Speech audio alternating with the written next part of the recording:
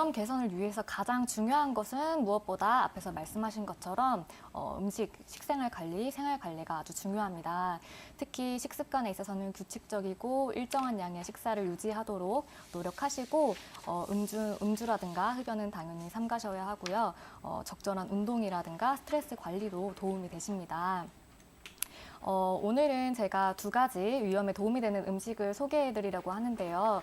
첫 번째는 우선 양배추입니다. 양배추는 이제 즙으로도 많이 드시는데 양배추에 함유되어 있는 비타민 U 성분 같은 경우에는 위 점막 재생을 촉진하고 위벽을 보호하며 비타민 K는 위 출혈을 막기 때문에 도움이 많이 되시고요. 두 번째로 마는 이제 한약 제목으로 산약이라고 하는데요. 산약은 여러 가지 소화기 처방에도 많이 사용되고 있어요. 그래서 마 같은 경우에는 생으로 갈아 드시는 게 제일 좋고요. 여기에 함유되어 있는 뮤신이라는 성분이 위 벽에 있는 찌꺼기라든가 노폐물들을 청소하고 회복을 돕기 때문에 양배추와 마는 이제 집에서 챙겨 드시면 도움이 되세요. 그리고 아까 말씀하셨던 간 손상, 한약 관련해서 궁금하신 부분에 대해서 논문을 하나 소개해 드리려고 하거든요. 이 논문은 작년에 국제학술지에 게재된 논문으로 2년 9개월간 10개 부속 한의대 부속 한방병원에서 1,001명의 환자를 이제 상대로 해서 보름 이상 한약을 복용한 환자들을 통해서 추적 관찰을 한 결과 1,001명 중에 6명만 한약에 간 손상이 있었던 거고요. 이것도 이제 원인이 한약인가 해서 관찰을 해봤는데 한약에 있어서 간 독성을 유발하는 그런 성분은 없었고요. 모두 특발성 간 손상에 해당하는 것으로 밝혀졌는데요.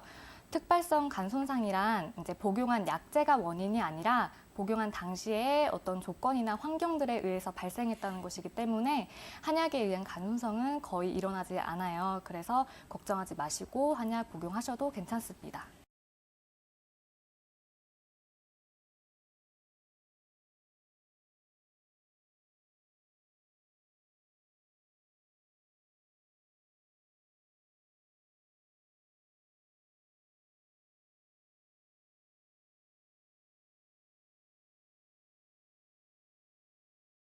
말씀해주신 증상이 위염의 증상은 맞습니다. 소화가 잘 되지 않고 이제 자주 메스꺼린다고 말씀하셨는데 보통 이런 경우는 급성 위염이라고 할 수 있고요.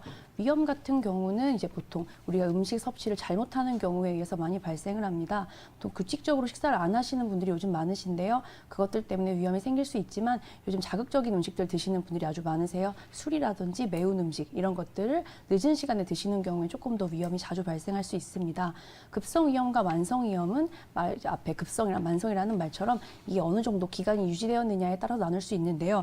기본적으로 급성 위염 같은 경우에는 헬리코박터 균에 감염되었을 때 발생할 수 있고요. 아까 말씀드렸던 것처럼 자극적인 음식, 식습관이 이제 좋지 않을 때 자주 생길 수 있습니다. 이것과 외에로 이제 세균이나 바이러스, 진균, 기생충에 의해서도 생길 수 있는데 그 만성 위염과의 차이점은 이런 급성 위염에서 생겨났던 여러 가지 원인들이 조금 오랜 기간 동안 반복적으로 발생할 때 만성 위염이라고 할 수 있습니다.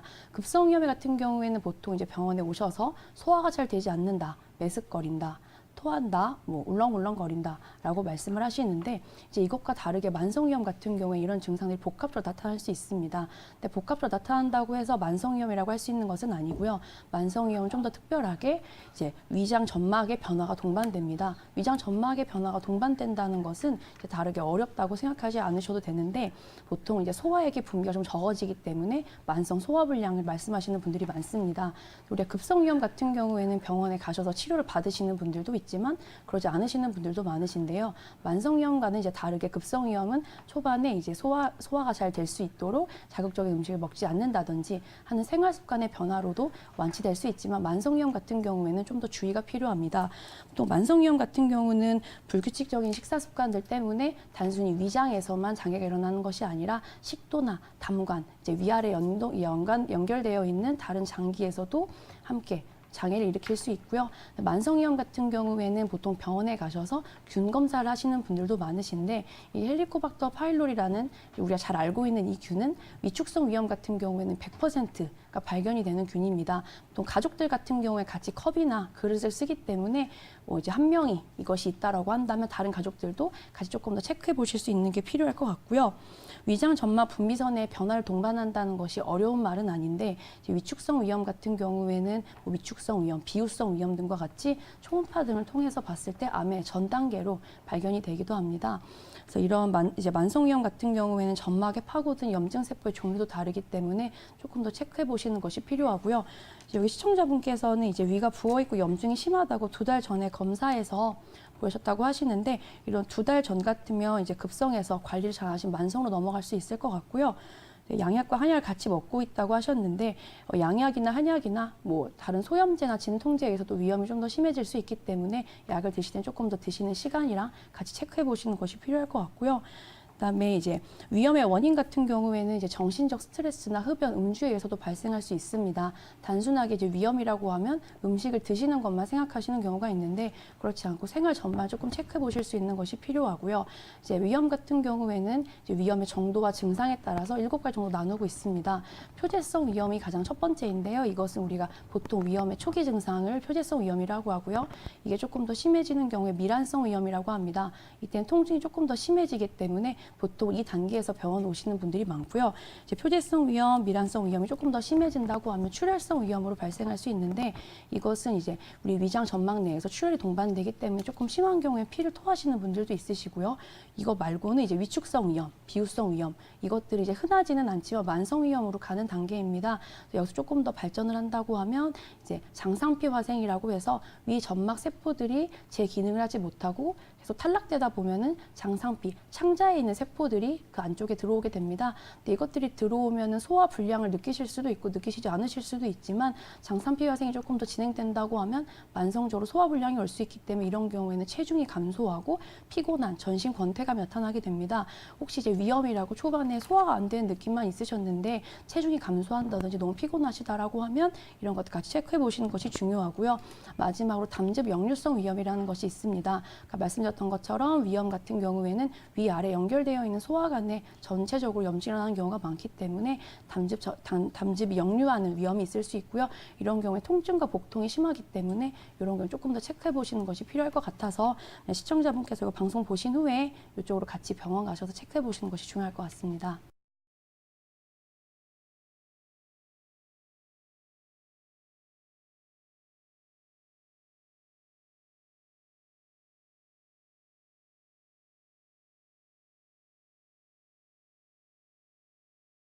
조혜린 원장님과 양태기 원장님 좋은 말씀 해주셔서 저는 이제 그분들이 이렇게 말씀 안 하신 이렇게 사상 체질이나 그리고 약침에 대해서 또 침 치료에 대해서 잠깐 이렇게 말씀드릴까 합니다. 우리가 알고 있는 사상 체질 중에서도 위염이 이렇게 잘 이렇게 나타나는데요. 소음인, 태음인, 소양인 각 체질이 뭐 위염이 있는 체질, 위염이 없는 체질 이렇게 나누지 않고 각 체질 모두 위염이 다 나타날 수 있습니다. 그런데 이 중에서 가장 위험이 많이 이렇게 나타난다라고 하면 아무래도 소음인에게서 제일 많이 나타나겠죠. 위가 약한 소음인들이 위험이 잘 나타날 가능성이 높고요. 그리고 그 다음 소양인에게서도 위험이 잘 나타납니다. 그 다음 태음인 순으로 위험이 나타나는데요. 실제로 이렇게 속쓰림 같은 경우는 소음인하고 소양인은 속쓰림을 호소하는 데 반해서 태음인들 같은 경우는 속쓰림을 호소하지 않는 경향이 많습니다. 임상상으로 볼 때.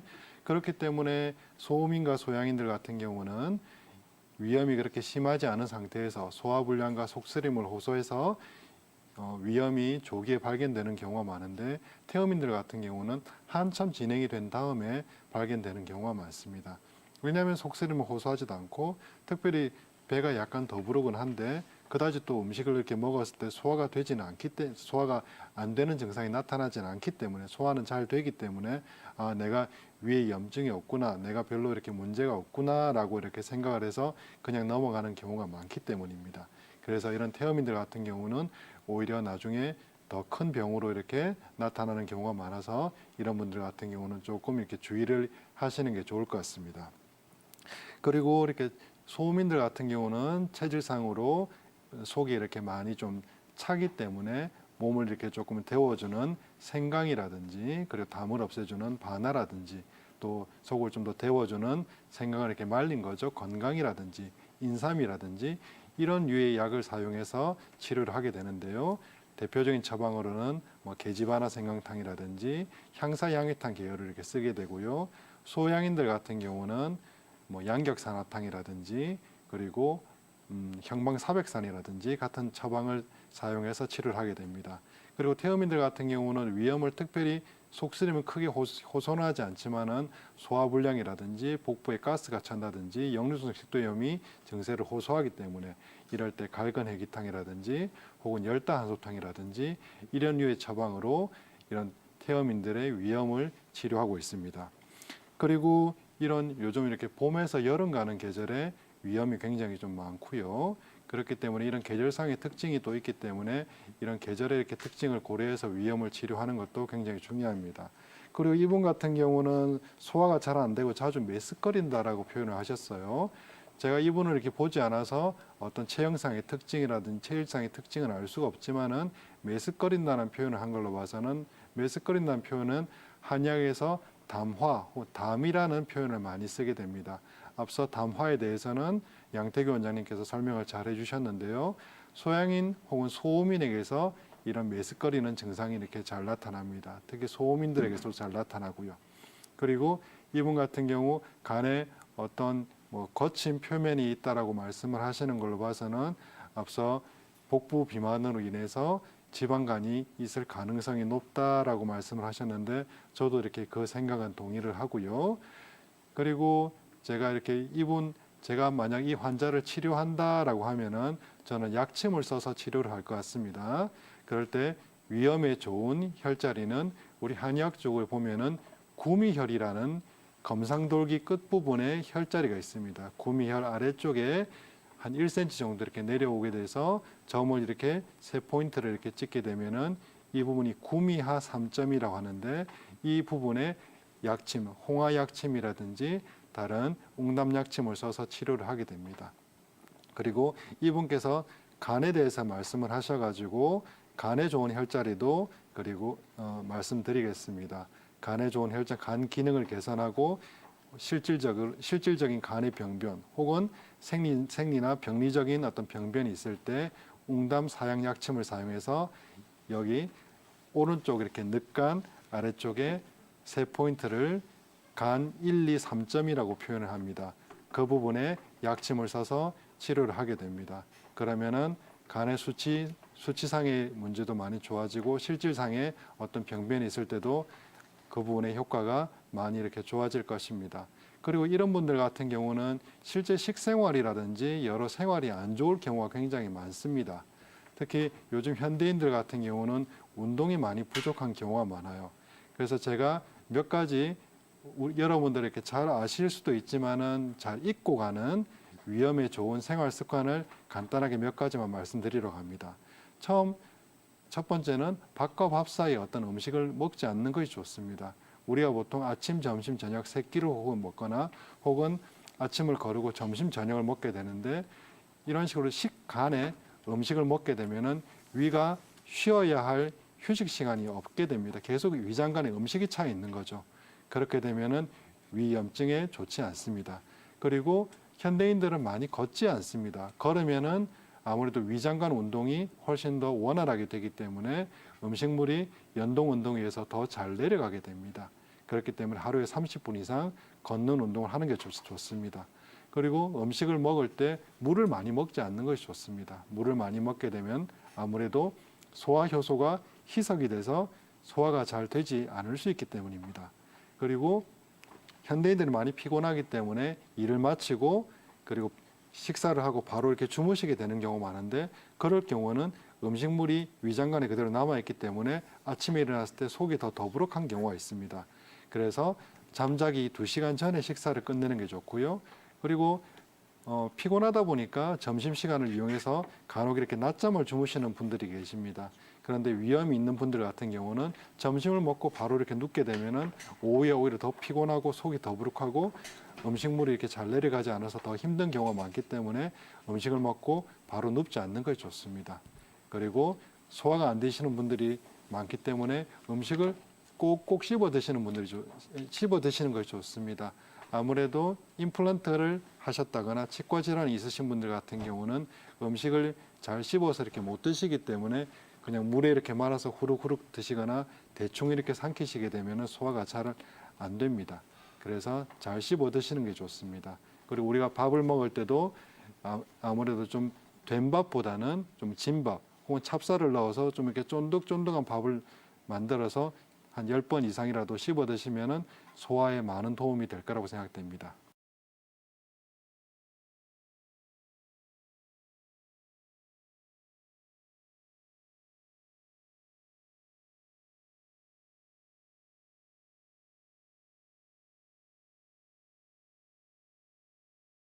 지금 상담하신 분은 소화가 잘 안 되고 자주 메스꺼린다는 것을 주 증상으로 호소를 하셨거든요.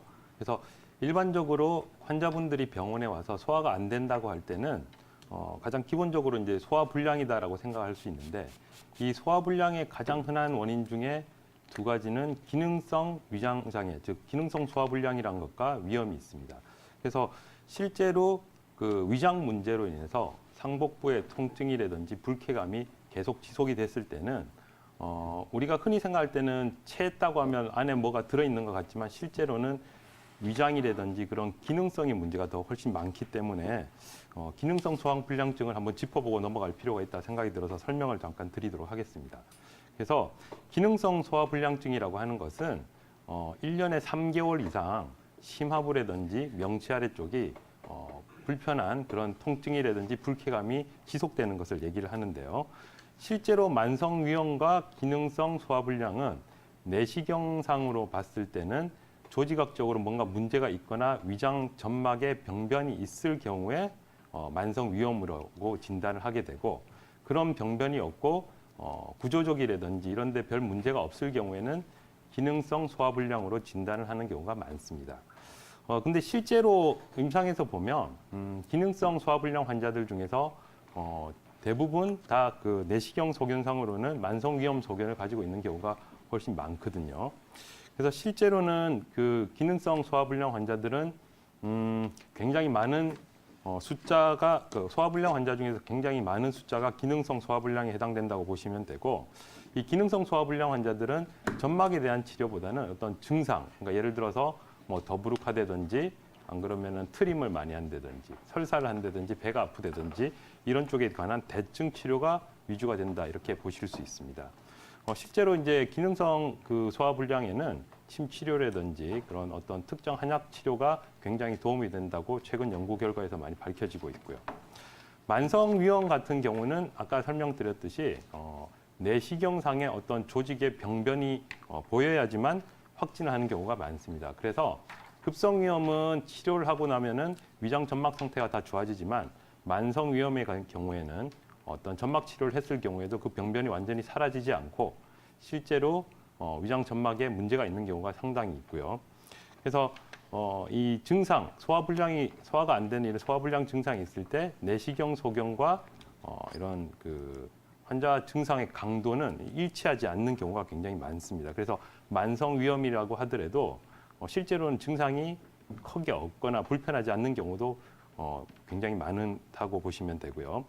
만성위염의 원인은 아까 그 조혜린 원장님이 설명하셨듯이 그 헬리코박터 파이로리균에 의한 게 한 80% 정도 된다고 설명을 하고 있고, 나머지는 그 비스테로이드성 소염 진통제, 엔세이드 계통 약을 복용했을 때 흔히 발생한다고 볼 수 있습니다.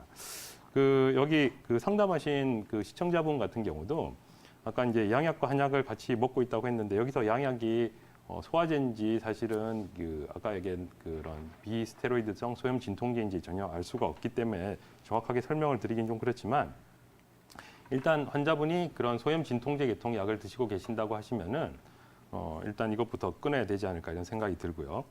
한의학에서는 이런 소화불량 증상이나 만성위염을 동의보감 내상이라는 그런 편에 보면 자세히 설명이 되고 있습니다. 그래서 급성위염의 경우에는 그 식상증이라고 해서 음식에 취하면은 당연히 식욕이 없고 명치 끝에 뭔가 붙어 있는 이런 느낌이 들게 되는데, 이럴 때는 담을 사귀고 그 소화기를 보하는 그런 처방을 쓸 수 있다고 되어 있고요. 이렇게 치료를 했는데도 계속 증상이 되풀이가 되는 경우에는 그 소화기를 보하는 약을 쓸 수가 있습니다. 그래서 전시203이라든지 삼출건비탄 같은 약을 쓰게 되면은 소화 기능이 좋아지면서 저절로 소화가 잘 된다, 이렇게 설명을 하고 있습니다. 그다음에 이제 만성위염은 동의보감에 보면 조잡 증상이라는 게 있거든요.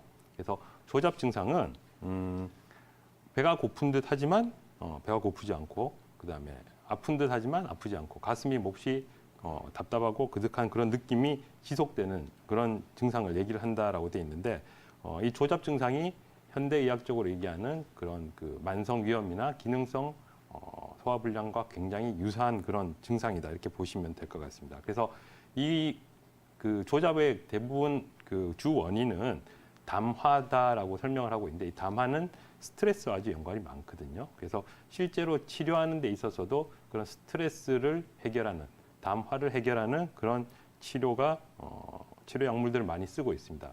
그래서 실제로 이제 천남성이라든지 바나나 이런 담을 없애는 약과 황련, 황금, 치자, 석고 이렇게 그 열을 치는 약을 같이 쓰고 있는 것을 알 수가 있거든요. 그래서 이렇게 구성된 화담청화탕이라든지 소식청울탕 같은 약을 쓰게 되면은 이런 조잡 증상들이 많이 개선되는 것을 볼 수가 있습니다.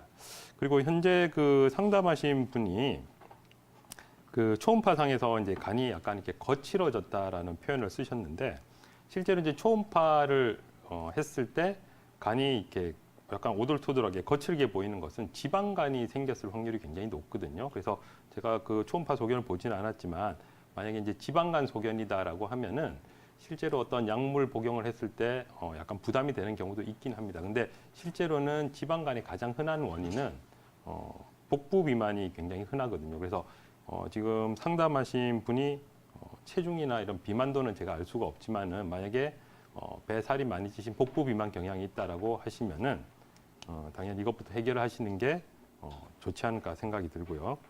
그다음에 이제 한약을 먹으면 간이 나빠진다는 거에 대해서는 사실은 뭐 여러 가지가 있는데, 무슨 약을 얼마나 오랫동안 복용했느냐에 따라서 차이가 날 수 있기 때문에 이런 것도 정확하게 알고 약을 복용하시면 간에 무리가 되는 경우는 별로 없지 않을까, 이런 생각이 듭니다.